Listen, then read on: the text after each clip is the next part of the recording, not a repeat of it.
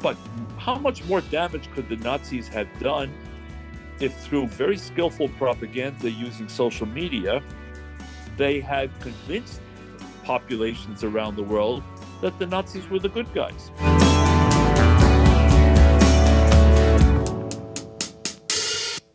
Welcome back to the Social Media Sobriety Podcast. I'm your host, Tyler Mundo, and joined on Zoom for the first time out of all of my guests is David Harris, an author renowned for fighting anti-Semitism, a bunch of other things, and I'm going to let myself stop doing the talking. And David, please tell the audience a little bit more about you. And again, thank you so much for being here with me. Tyler, thanks. Great to be with you. And nice to meet you at your alma mater, University of Kansas, not that long ago. I'm from New York. I've had a long career, mostly spent in the Jewish world globally as an advocate for the Jewish people, fighting anti-Semitism, standing up for Israel and its place in the world, and fighting more broadly for the defense of core liberal democratic values for all people, for better relations between regions, between ethnic communities, between nations, including the historic Abraham Accords in the Middle East, which has taken us one big step in the right direction. And just for some context, please tell the audience a little bit more about the Abraham Accords in your words. Sure. The Abraham Accords were announced in 2020. It was during the first Trump administration, and it was a breakthrough in diplomacy in which ultimately four Arab countries joined what I'll call the Circle of Peace, which had originally been populated by first Egypt in 1979 and then Jordan in 1994, and then buttressed by the United Arab Emirates, Bahrain, Morocco, and Sudan. That's really incredible. Okay, now before we get anything specific, when you look at the world today, do you think hate is actually increasing or is it just more visible? Well, it's certainly more visible, and in large measure thanks to the explosion of social media, which has kind of taken over the lives of billions and billions of people, and in which there are virtually no filters. So it's clearly much noisier, much more visible, reaches far more people.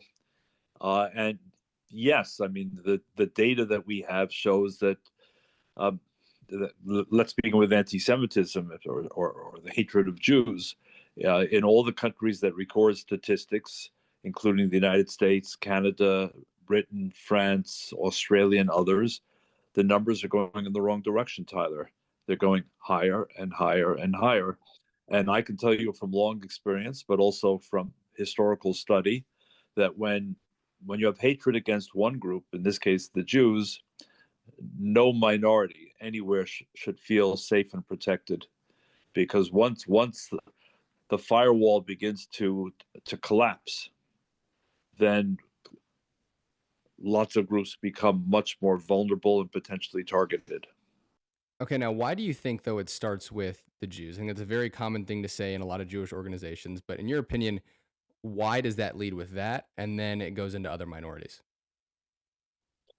It's a much longer discussion, but basically, and I've written about this in the book that was published last year called Anti-Semitism, What Everyone Needs to Know, which is available on Amazon and elsewhere, published by Oxford University Press. Anti-Semitism is the world's oldest social hatred. So it's the longest, Tyler. It's the most enduring. It's proved to be the most adaptable. So times may change, circumstances may change, governments may change, but anti-Semitism reinvents itself. It's shape-shifting. And so it becomes the easiest off-the-shelf hatred to start with. You begin with the Jews, and 2,000 or more years of sort of culturally indoctrinating people that the Jews are malevolent people and evil people and conniving people just makes it easier to accept. And then once you put that out there, you can then promote whatever other hatred you want. but you've opened the door, I think, most easily by starting with the Jews. But whatever begins with the Jews, I'm here to say, never ends with the Jews. And that's why it's a cautionary tale, or at least it should be, for anyone who's concerned about the fabric of democracy, the fabric of mutual respect, the fabric of pluralism. Yes, the Jews are being targeted, but again, it means the unraveling of everything that protects all of us. And now I want to tie that into social media too, because you mentioned that it's just very, I guess, easy. It's like the oldest thing to do is hate the Jews. In social media, it's very easy to hate anyone. And now, are we just living in a society where we can say anything behind a screen and people can perceive it as such? Well, I'm afraid you're right. This is a hard place to regulate, and there are lots of questions about, you know, what can and cannot be regulated by private companies, and what is and is not protected by the First Amendment here in the United States. Uh, so there are lots of these issues, Tyler. But frankly, among the things that worries me most is that there are almost no filters. Millions and perhaps billions of people go on to social media, and they may find this stuff, or the stuff may find them, and they're not equipped to sort out fact from fiction. So they see something and it says the Jews are responsible for COVID. The Jews are responsible for the loss of your job. The Jews are responsible for the bad weather, whatever it may be. And they don't have the filters that allow them to say, wait a second, this is crap. This is bogus. Let's move on. And so people can be easily infected by this. And that's especially true in places where people have never met a Jew. And given the fact that Jews statistically are 0.2% of the world's population. So let me be clear. They're not 1%. They're 1/5 of 1% of the global population. That means that out of every 500 people on planet Earth, one is a Jew. And when you go to vast countries like China, for example, with well over 1 billion people, the chances are that 99% of the people in China have never met a Jew in person, but like others around the world, may have encountered Jews in social media through the posts of anti-Semites and have no reason to say, well, I know that's false. Why would they know it's false? So this is a fast-spreading virus, and social media becomes the accelerant to reach every corner of the world today, and that's particularly terrifying. And that kind of brings me to a good point where imagine 50 years ago where people in China per se have never met a Jewish person, but it almost seems like they are more unaware 50 years ago. Now it seems they are misformed. Would you agree with that statement? And if so, how does that change the effects of hate and anti-Semitism? Well, I don't want to pick on China because historically, I learned that there were two major countries which really never had anti-Semitism in quite the way we've seen it in other parts of the world. And those two countries were India and China.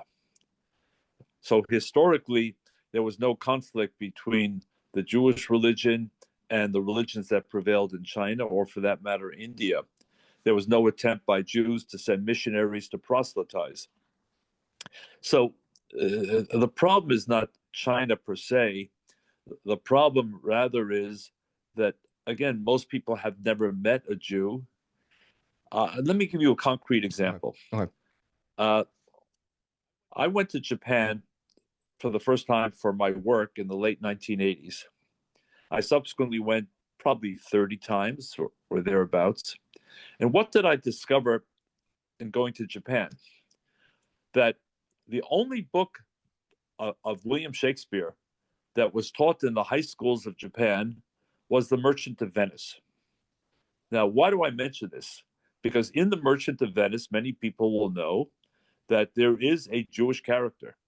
and his name is Shylock. He's not portrayed in any sympathetic or positive way. To the contrary. So, in a country like Japan, uh, where there are maybe a handful of Jews who are there as diplomats or journalists or business people, but no Japanese Jewish population, the only encounter that millions of Japanese students over many years had with the Jews was the character of Shylock in The Merchant of Venice. Uh, so what happens? What happens in that case, Tyler? And can Jews alone, and we number 15 or 16 million people in the world, as I said, 1 in 500 people, can we alone take it upon ourselves to educate every single person in the world that no, Jews are an ethical and moral religion with a strong tradition of education, of community participation, of charitable work? Are there some nasty Jews? Of course there are, just as there are in any community, any religious group. But do they represent the Jewish people? Of course not. No, they don't. But we can't do that alone. And on top of it, as I said, we're up against now the phenomenon of social media. Uh, I ask myself sometimes, if the Nazis in the 1930s and 40s had the same tools of social media, think about it. If they had Twitter or X or Facebook or YouTube or TikTok or go down the list, can you imagine? It's this unbelievably scary thought. I mean, as it is, somewhere around 60 to 70 million people were killed as a result of the Second World War, of which 6 million, perhaps 10%, were the Jews killed in the Holocaust. But how much more damage could the Nazis have done if, through very skillful propaganda using social media, they had convinced populations around the world that the Nazis were the good guys, and the United States and Britain and the Jews were the bad guys? How many more allies and collaborators could they have enlisted? So when people ask me, David, is social media a force for good or evil? I don't think it's an easy answer. I mean, it was intended as a force for good. I don't doubt the intentions of the inventors, and they're fantastic things. Grandparents can now see their grandchildren, Right. thousands of miles away without having to get on planes every single time.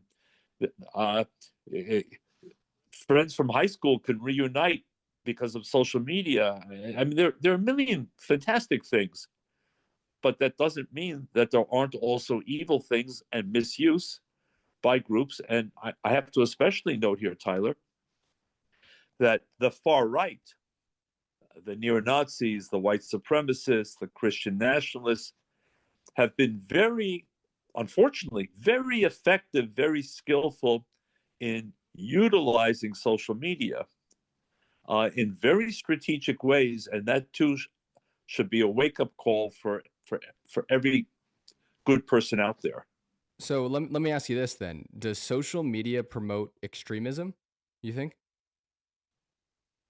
I don't think that those who created the social media platforms created the social media platforms, the big ones, in order to say, aha, now we can encourage people to promote hatred and bigotry and prejudice and incitement.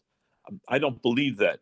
I mean, I think if you could take a kind of political X-ray of Mark Zuckerberg, for example, at Facebook, or Sheryl Sandberg at Facebook. No, of course not. That's not what they set out to do. But there is in life what are called the unintended consequences. So the intentions may have been great, but the unintended consequences are can be frightening. And then it raises a gazillion questions, legal questions, ethical questions, political questions, cultural questions about what constitutes social responsibility, the degree to which these companies need to monitor and police themselves. And then for others, how much can they be trusted to do that? Because at the end of the day, if they're companies, they're driven by audiences and profits. And then that begs the third question, well, should government get involved? And if so, to what degree? And what are the risks of government getting involved? Because they could trample on free speech rights in countries like the United States. On the other hand, if they don't get involved, are there any limits? For example, if I'm a pro-Hamas guy, which believe me, the farthest thing from my mind, and I want to go on a platform and say, hey, I'm recruiting potential suicide bombers who want to go after Jewish targets or American targets or Israeli targets or British targets, or I'm a white racist and I want to go after African American churches and I want to recruit people who believe in this too. The monitors will say, well, that's clearly incitement to violence, so we got to put a stop to that. But then there are clever ways of doing end runs, aren't there? So you learn what not to say. So you don't blatantly say, hey, whoever's interested in suicide bombing, come meet me on Sunday at 4:00 at, wherever. So you have clever ways that say it, but don't say it. And that becomes the gray zone. And then you're dragged into all kinds of courtroom situations or arbitration proceedings where you have to prove intent. That even though they didn't quite say it, I know that their intention was to recruit people to promote violence against African Americans, violence against gays, violence against Jews, violence against Americans. And this is all very tricky stuff, Tyler. Final point. But simply to say, well, it's tricky stuff, it's complicated stuff, therefore can't touch it, doesn't solve anything either. Because we're going into a world where social media becomes the public space. In a way, it becomes the public library. It becomes the go-to destination for anyone wanting to do pretty much anything, good, bad, or otherwise. So how do we manage this going forward? And maybe you'll be a prophet in your time, but if we are where we are today, where will we be in 5 years? And given the speed of technological innovation, where will we be? Where will we be with artificial intelligence? Will anyone be able to tell artificial intelligence from other lived realities? There are 1,000 questions that need to be addressed. None of them are simple, but I wish that more serious people without a particular agenda, but who simply care about the future of America, the future of liberal democracy, and yes, the future of our children, and in my case, grandchildren, would take this upon themselves, because otherwise it's not going to solve itself. Okay, that leads me to a good point, though. So we've talked a lot about social media and the negative effects, but is there a way or a world you see where you can actually use social media as a tool to fight hate, to fight anti-Semitism, and to fight propaganda? The answer is yes. Of course, not only is there, but there has to be, because if not, then we're fighting a modern warfare using lances and spears and horses, as in earlier times. So if this becomes the new global battlefield, and it is, and it's already become that, then we need to be fighting with all of the available advanced tools. I think the good guys, if you will, are a few steps behind. They're late to the party, so to speak. When you look at some of the extremist influencers, as they're called, and you look at their numbers of followers, their reach, it's frighteningly extraordinary. Definitely. Yeah. A guy like Tucker Carlson, who recently has kind of fallen on his head and gone from being a mainstream right of center but kind of normal guy, and who now sees Jewish conspiracies wherever he looks, day and night, here and there. I checked the other day, Tyler. He's got 17 million followers just on X. Yeah. Yeah. I'm not even looking at his other platforms. Candace Owens, who's also kind of descended into this cesspool. She's got millions of followers just on X, not to mention the other platforms. So they wake up in the morning, they post something that has whatever 3, 4, 5 words. It's very simple. Damn those Jews, or you hate high oil prices. Every time you go to the gas station, blame the Jews. Well, before I've gotten out of bed, millions upon millions of people have heard from people like that. No wonder I paid so much at the gas station. Now I know why. Now, the good guys are always playing catch up. And if you look at the good guys, so to speak, their reach on social media exists, but in many cases is way behind. Sure.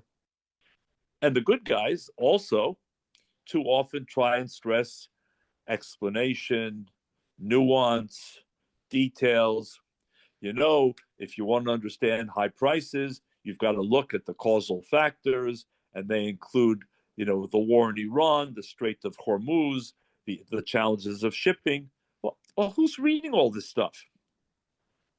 The other side simply says, you pay too much at the gas station, blame the Jews, or fill in the blank, blame the. That's it. End of story. So the good guys have to know how to fight on this battlefield, how to fight the language wars, the algorithmic wars, the accusation wars, in a way that is, on the one hand, honest. I mean, true to honesty, and yet at the same time doesn't rule us out of the game, because we're talking in paragraphs and chapters, and they're talking in 1 word, 3 words, 5 words. No, I totally agree. And what I want to bring up, though, is, right, this podcast goes out to a lot of people individually. That's kind of the goal, is to promote healthy social media use for the individual. And we're talking about a lot of prominent figures, which is very important. But what can someone do today to bring less hate in the world on social media? Just one individual person, your average person, college student, professor, whatever the case is. I've always been a believer in the individual.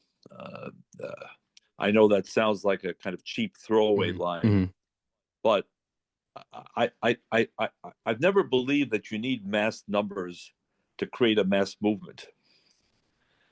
A few well-intentioned, smart, dedicated people can create ripples, and those ripples in turn will reach other people and hopefully inspire and motivate them to join, and in turn reach still other people.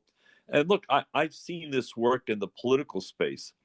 If we had time, I could offer you many examples of how the few good people have created extraordinary social change. So the first thing I would say in answer to your question, Tyler, is no one who listens to your podcast should say to themselves, well, who am I? There's nothing I can do. I'm just one person sitting here in Kansas, Missouri, or anywhere else in the United States. I would flip it entirely. I do a 180, and I'd say, no. Everyone who receives your podcast and who listens to it and who's reached, for example, this point in our conversation, should say to themselves, I can do something. Maybe it's big, maybe it feels small, but I can do something.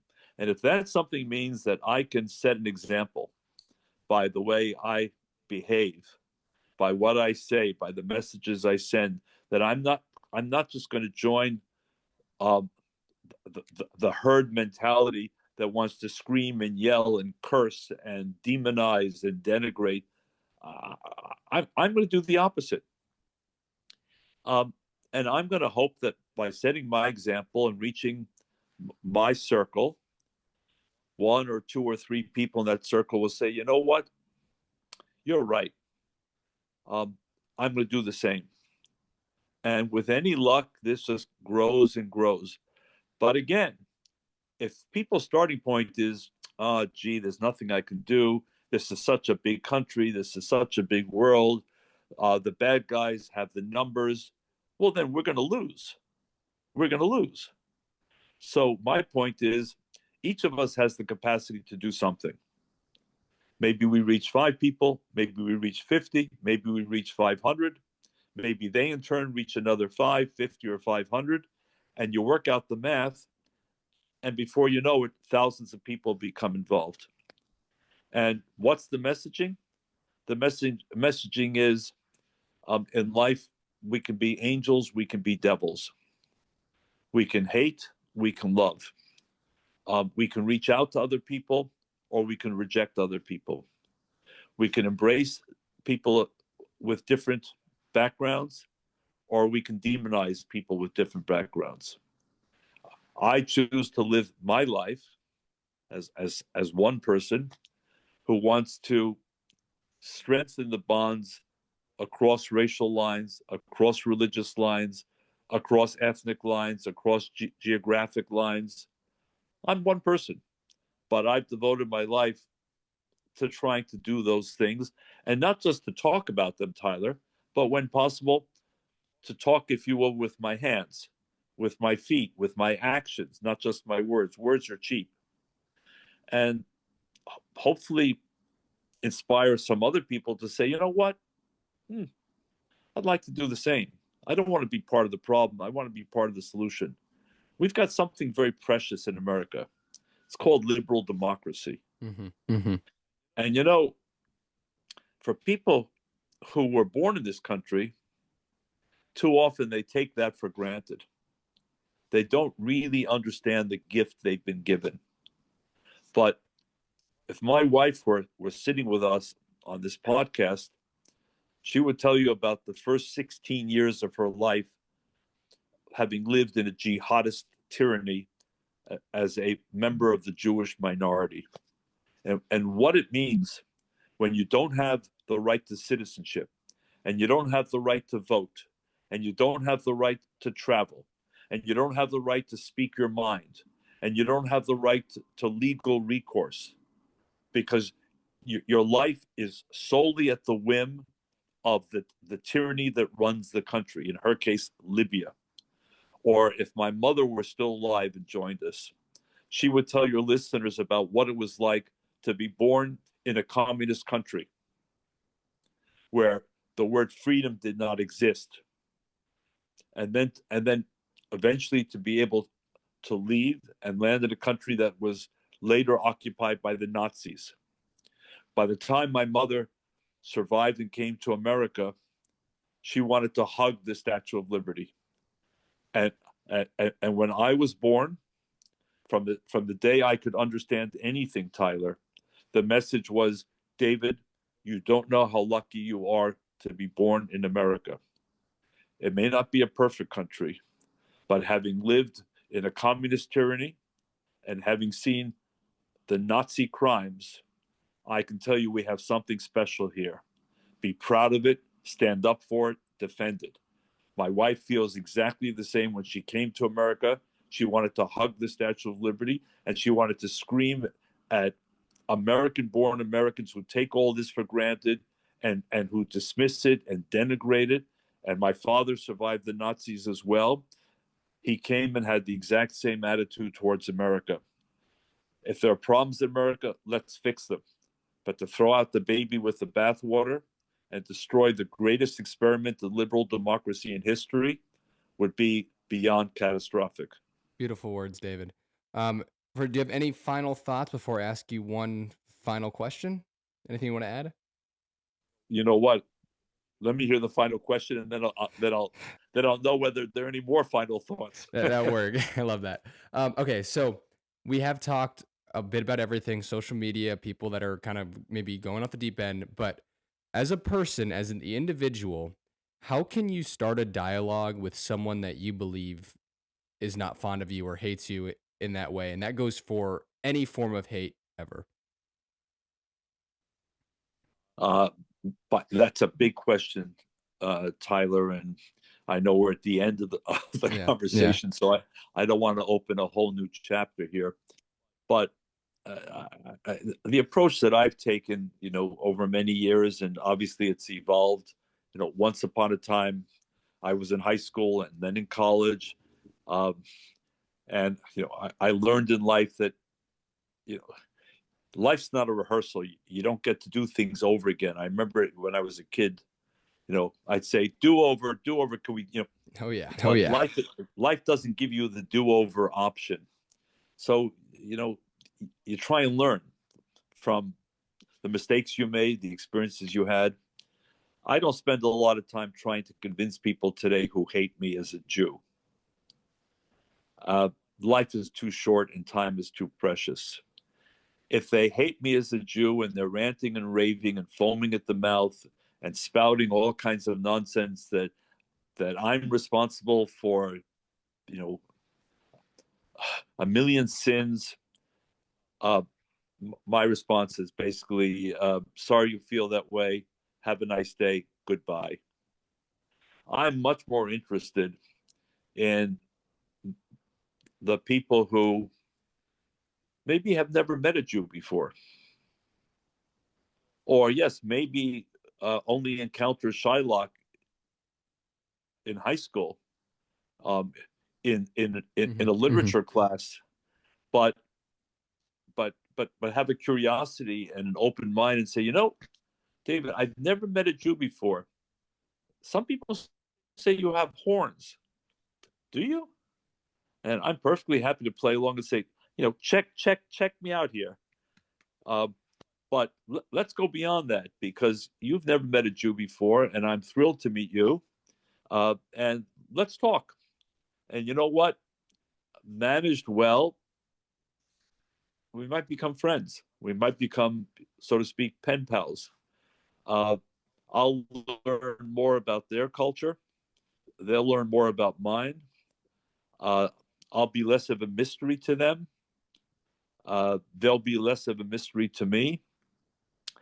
Look, Tyler, I don't want to sound too much like I don't know, like I'm giving a Shabbat sermon in a synagogue or a Sunday sermon in a church, but we live on one crowded, multicultural planet, and the best survival tactic that I know in my daily life is to reach out as much as I can across so-called boundaries and borders, and hopefully contribute to strengthening the forces of goodwill, because there are forces of evil out there, and they exist. I want to be sure the forces of goodwill are also out there and not only exist, but are stronger than the forces of evil.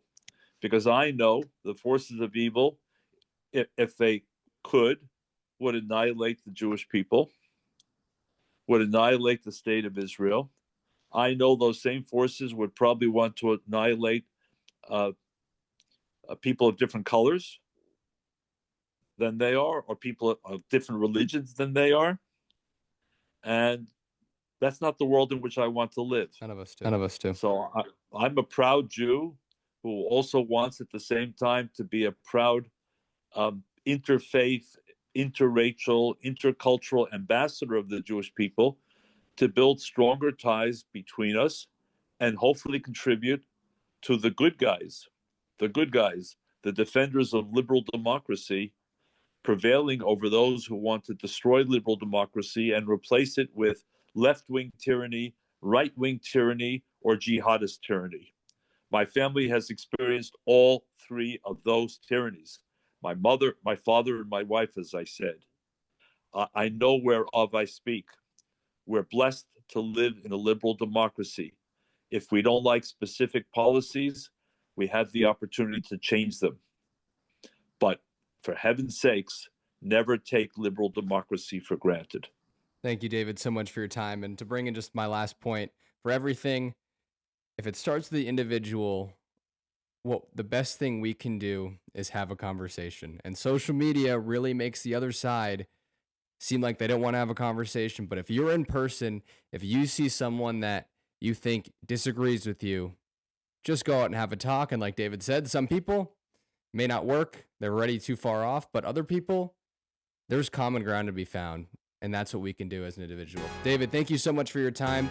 I really appreciate it. And for all you listeners, tune in next week for more social media sobriety.